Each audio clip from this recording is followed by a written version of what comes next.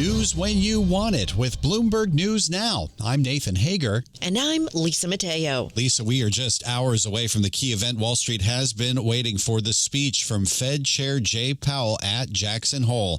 The White House has been pressuring Powell to cut rates for months amid a weakening labor market, but questions remain about the impact tariffs will have on inflation. Bloomberg's Michael McKee is in Jackson Hole covering Powell and the annual Fed conference. Last year, Powell told the audience it was time to cut rates and in September delivered a 50 basis point cut. This year, though, he is more likely to say, we are not sure yet, given the uncertainties over tariffs, immigration, and the budget. Bloomberg's Michael McKee, part of our special Jackson Hole coverage. He'll join Tom Keene and Lisa Abramowitz for a special edition of Bloomberg Surveillance this morning at 9 a.m. Eastern Time, and they will bring you Fed Chair Jay Powell's speech live. That happens at 10 a.m., and you can catch it all on Bloomberg Radio, Bloomberg Television, and the Bloomberg Podcast channel on YouTube.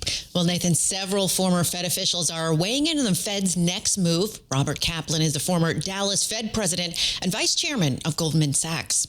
I think with this weakening in the labor market, it's going to push the Fed, I think, to be more forward-leaning and maybe do an adjustment in September.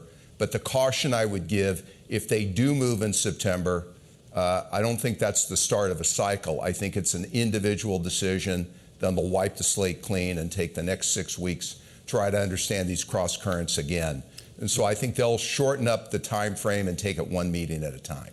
That was former Dallas Fed President Robert Kaplan. Now, the interest rate market shows about a 70% chance of a quarter-point cut at the September meeting and close to 50 basis points of easing for the entire year. While we wait to see whether those bets get refined following Chairman Powell's speech, Lisa, pressure is building on one of the Fed's board members. Federal Housing Finance Agency Director Bill Pulte says he will make a new statement on new evidence against Fed Governor Lisa Cook this morning at 9:30 a.m. Wall Street time. Pulte announced that on X this morning, a day after the Justice Department urged Powell to remove Governor Cook from the board as it signals plans to investigate her for alleged mortgage fraud. Pulte tells Bloomberg he referred Cook's case to the DOJ as part of a broader crackdown on the issue. We refer people almost every day. I refer people every week on a minimum to the Department of Justice for mortgage fraud. This is literally what I am required to do underneath the Housing and Economic Recovery Act of 2008, which is to ensure the safety and soundness of the mortgage market. And you can watch our full conversation with FHFA Director Bill Pulte on the Bloomberg Podcast YouTube channel. Now, Bloomberg has reached out to Governor Cook. She has declined our request for an interview, but in a statement, she says she won't be bullied into stepping down, but intends to take questions about her financial history seriously. Talks continue at the White House, Nathan, on taking a 10% stake in Intel to shore up the struggling U.S. chip maker.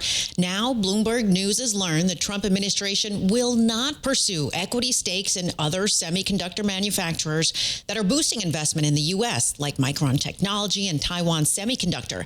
Now, this follows moves in the White House to take a cut of NVIDIA chip sales in China and to pursue a so-called golden share in U.S. steel. Former Vice President Mike Pence says President Trump should reconsider the whole strategy.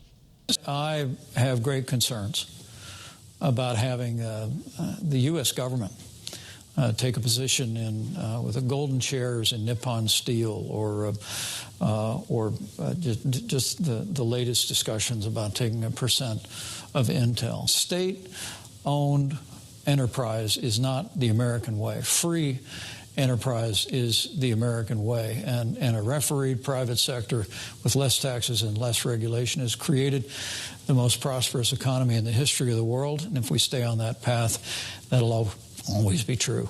Former Vice President Mike Pence was a guest on Bloomberg's Balance of Power. You can also get that full conversation on the Bloomberg Podcast YouTube channel. And that's news when you want it with Bloomberg News Now. I'm Nathan Hager. I'm Lisa Mateo, and this is Bloomberg.